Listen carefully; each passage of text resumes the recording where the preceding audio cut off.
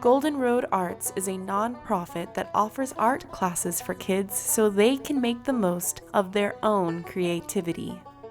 At Golden Road Arts, we believe that children's access to art is the key to reaching their full potential. Using simple materials usually found around the house, we explore the basics of the creative process. Together with Barbara, her sidekick Artie the Art Bear, and other Northwest artists, we invite you to join us on our creative adventure along the Golden Road.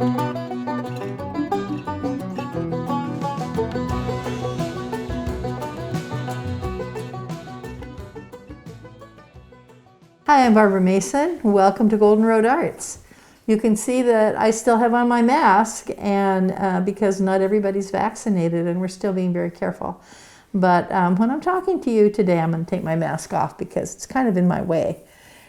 So today we're going to talk about a woman artist, a woman named Mary Cassatt.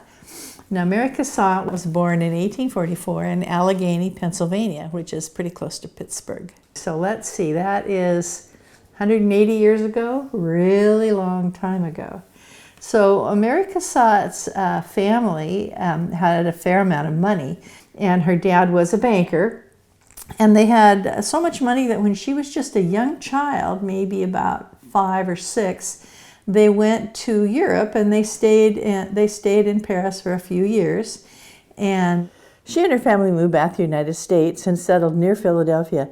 She was only about 11 or 12 when she came back to the United States. And she was very insistent on the fact that she wanted to be an artist. And she enrolled in the Academy of Arts when she was 15 or 16 years old. All her life she wanted to be an artist. And it was pretty unusual for a woman at that time to want to be an artist and not anything else. She didn't want to get married, she didn't want to have kids, she just wanted to be an artist. And her family was supportive. So when she graduated from the academy, when she was a young woman, she went to Paris to study art. But she found out when she got there that they wouldn't take women into the academy where all the artists studied. And so she was pretty upset about that. You know, she was sort of a feminist at a time before women were allowed to do everything that they can do now. So she decided she would just go to the Louvre, which was a big museum in Paris, and she would paint all the old masters, she would study them. And then she found a couple of teachers who taught at the academy, and she was able to take private lessons from them. So even though she didn't go to the main school, she certainly got all the main teaching. And there was a lot of American artists in Paris at that time, and she had a lot of fun learning to be an artist. And after she had been there a few years, there was a war broke out between France and Prussia. And so all the American artists went back to the United States because it was a very scary time to be there. Now, this is, we're talking about maybe 1870 or maybe 71 now. It takes a long time to go across the ocean in a boat. You know, now you can do it in a week. But in 1870 or 71, that wasn't the case. Depending on the weather, if the weather was bad, it could be 6 weeks maybe. And so she went home to Philadelphia, and her father was not happy with her being an artist. He thought that was not a reasonable thing for her to do. And so she wanted to come back to Europe when the war was over, and he said absolutely not. He was not going to let her go back to Europe. He wasn't going to pay for it. And so she was very disappointed, and she studied with some local artists and with some masters in the United States. But the United States was a young country, and it didn't have the amazing artwork that was available in Europe in 1870. And so finally, she was a very accomplished artist, and so finally she was able to get a commission to paint 2 paintings of Caravaggio for a chapel in a church in the town that she lived in. And the town paid for her to go to Parma to copy these paintings. And so she got back to Europe without her father's money She got on a boat and went to Europe, and I think he probably did give her money too, but he just didn't. He wasn't excited about her being an artist, and so she stayed in Parma for a while. It's a university city in Italy's Emilia-Romagna region, and then she went to Spain because it was less expensive to live in Spain, and we have a lot of pictures of work that she has done. And some of her work, when she was still living in the United States, some of her work she exhibited in Chicago, and it was right when they had the Chicago fire, and so it was destroyed. And a lot of her work when she was really young, people didn't keep it. And so we don't have a lot of the work when she first started out being an artist. But when she went back to Europe and went to Spain and then eventually went back to Paris, we have a lot of examples of her work. And one of the pieces I'm going to show you today is a picture of, we're going to put this on the internet. This is a black and white picture, but this picture is actually in color. And it's an oil painting. And it's two children sitting on the beach. And the reason I chose this one that we're going to paint today, because I thought it was fairly simple shapes, and it would be easy for you to paint. It's hard to paint people. It's not, unless you've had a lot of lessons, it's not easy to do. So I've copied this picture, and what I did was I took my paper and I laid it over this. I held it up to the window, and I laid my piece of paper over the top of it, and I traced it. And so what happened was I traced it like this, and then I put it on my scanner and I made a copy of it. And so what happened is it reversed. Now what I want to do is I want to get this picture onto this piece of paper, but it's pretty hard to do that. I can't put this piece of heavy watercolor paper through the printer. Well, maybe some printers, but I don't think my printer, it would work. So what I want to do is get it on here. And so what I've done on the back of it is I've taken my pencil and I've gone over and over and over the lines like this to make them real dark, so that I could just draw my image on the other side, and then it wouldn't go anywhere. It would just stay right where I put it, and I could see the lines afterwards. So I'm just going to make it a little bit darker because I've already drawn it once. So the lines aren't real dark when you do this. Maybe if I had a darker pencil, they would. So what I'm going to do is I'm just going to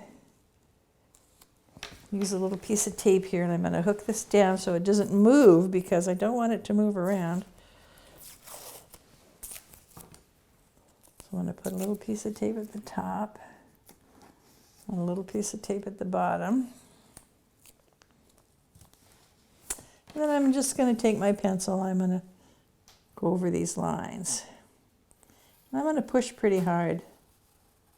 I guess I should lift this up and look to make sure I can see it, that it's coming through. Yes, there's my line. Okay, so now I'm going to do my boat. So one of the things that Mary Cassatt did a lot, she really didn't want to do portraits. It wasn't anything she was interested in doing.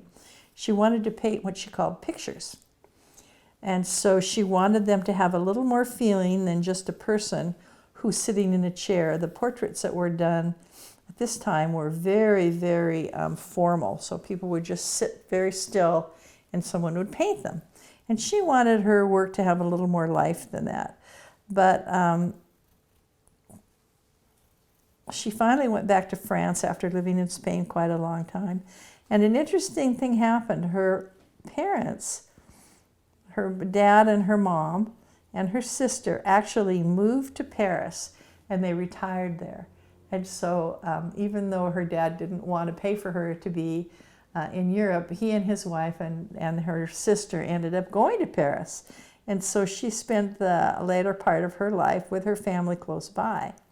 And something else that happened to Mary Cassatt, which was very interesting, is she met a man named Edward Degas. And we haven't talked about Degas yet, but we're going to do that in a lesson real soon. So Mr. Degas was a very well-known painter at the time, and he was one of what we call Impressionists.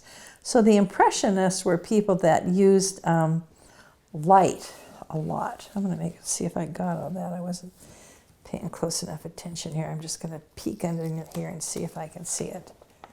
Yes, okay. So they wanted to capture the light. It was very important to them to capture the light. And so their paintings were a little more fluid than the strict paintings of the time. And he was great friends with Mary Cassatt. He had a studio close by. And I understood from one of the books that I was reading about Mary Cassatt was that he would come over in the evening after he was finished painting on his way home from his studio, and he would stop by her studio and see what she had done for the day. And he was very complimentary and very enthusiastic about her work. She was a pretty good artist, and he was like a mentor to her. He gave her a lot of his time. And eventually, he encouraged her to become one of the Impressionists. So to be an Impressionist, her work changed a little bit, and it got a little more fluid. And she started to paint things that she knew that were around her, and what was around her were the people in her life. And so she has a lot of pictures of her brother and his wife and the children. It was important to her to draw family scenes. And so even though when she was young she said she wasn't going to do portraits, most of her work ended up being pictures of mothers and their children. And she did a lot of paintings of families, really beautiful paintings of families. And she eventually became pretty successful, and she sold her work. And so she no longer had to ask her dad for money for her paints, because she was selling enough work that she could buy her own paints. And she was actually selling enough work that they did a fourth Impressionist show in Paris. And Mary Cassatt was one of the people that gave money to help it be organized. And she sold quite a bit of work at that show. And what happened, because she had given this work to help it be organized, it turned out that that some of the beginning Impressionists, the young people who were just starting to work this way, they were able to actually show their work in the exhibition where they might not have been able to. They might not have been able to afford it. So I've done this a couple of ways, this painting, and I want to show you. I've done one that's a watercolor, which is the paper I've got here.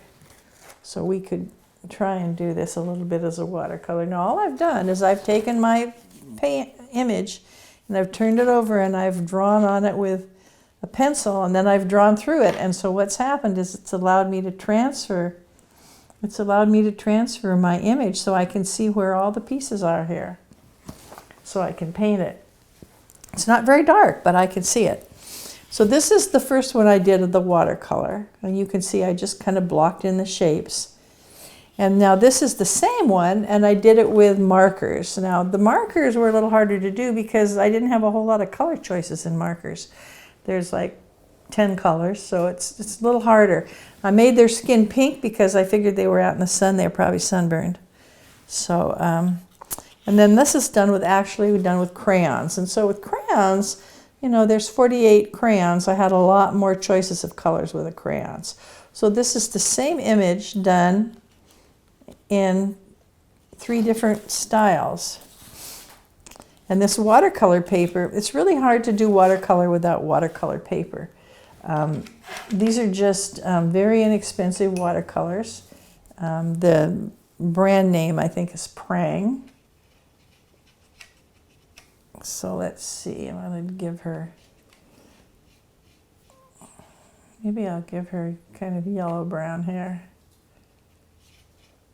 So you just have to get these wet a little bit, and you can paint. So when you paint, you want to just use the tip of your brush. You don't want to scrub ever. You just want to let your brush flow around. Because if you scrub, it doesn't give you a very good picture, and it also is pretty hard on the brush. So now we're going to do her face, so we want to do her face.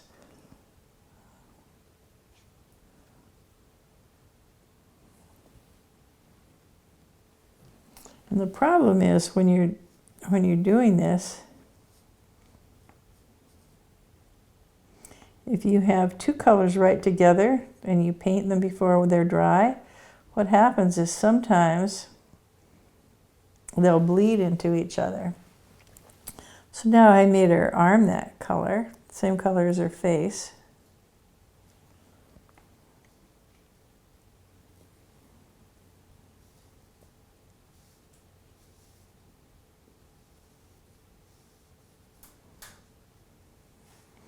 And then her leg is going to be that color too.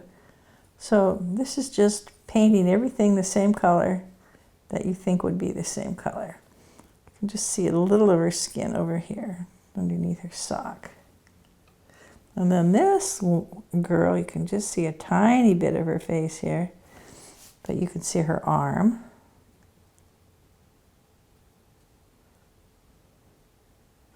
And her leg. So when you see this picture on the internet, the actual picture, it's an oil painting, so it doesn't look anything like this.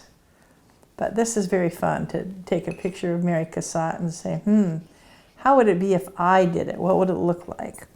What would it look like if I did it? And you know, one of the things that artists do a lot is they go to museums and they copy the work that's on the walls of people that were very famous. And it's one of the ways that they learn how to paint, because they're copying work of people that have learned how to do it, and so they're copying it to try to make so they can try to learn. Because you know, nobody's born being an artist. You have to learn how to do it. And one of the ways that you can learn is to copy other people. Yeah, we got a water here. So we'll just do our water, just a little bit of water across the top. Okay, so now, what color are we going to use for her dress? I kind of used green before. Let's use red this time.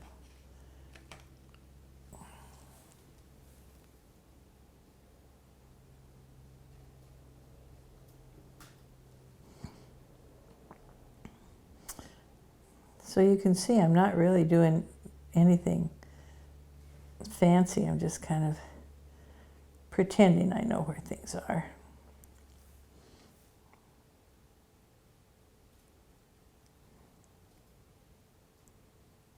Notice I'm just using the point of the brush, just the point.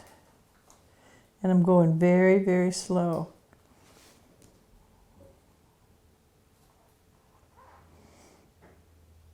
So this little dress looks like it might have a slip underneath it. There's a section here that it's a different color.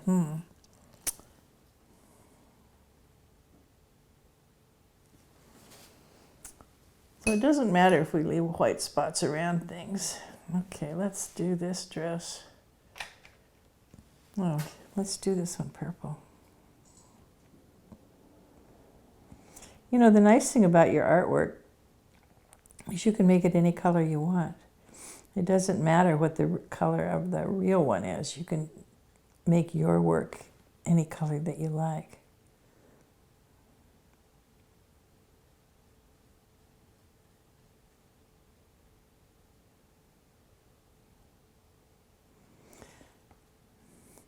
And then you can go back when this is dry and you could draw on it and put the lines in. I'm not doing the lines now because it's hard to do them in watercolor.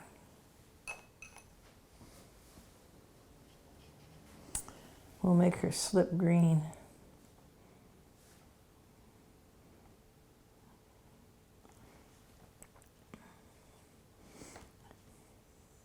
And we'll make her socks green.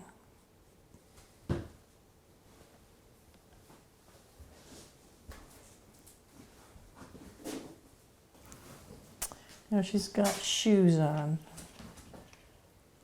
Those I think are going to be brown.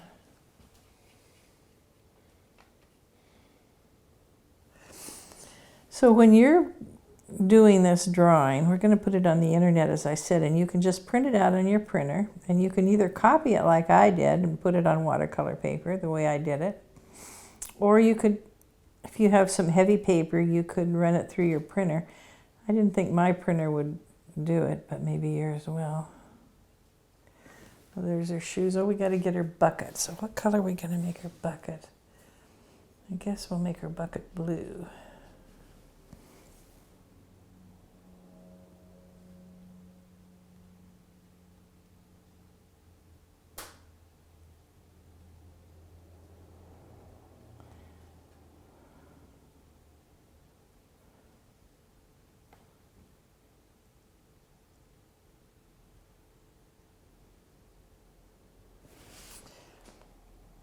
Oh, and she has a shovel, doesn't she? Somebody's used up almost all the black in my watercolor set. I don't know who would have done that.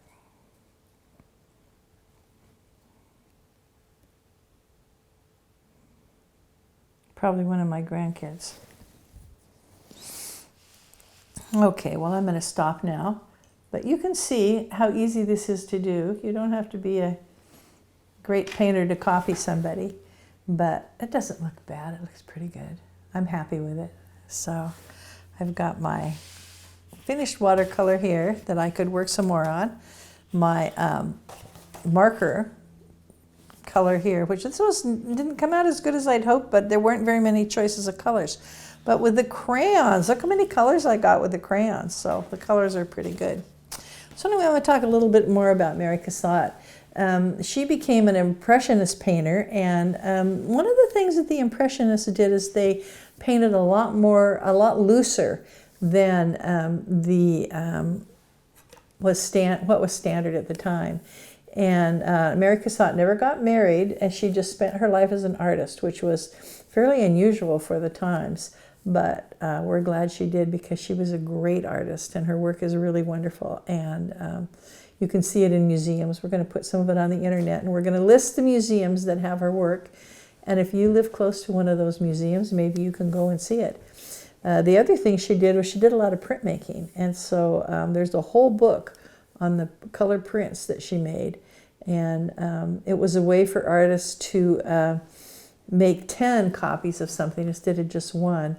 And they could make a little metal plate and engrave it and then print it.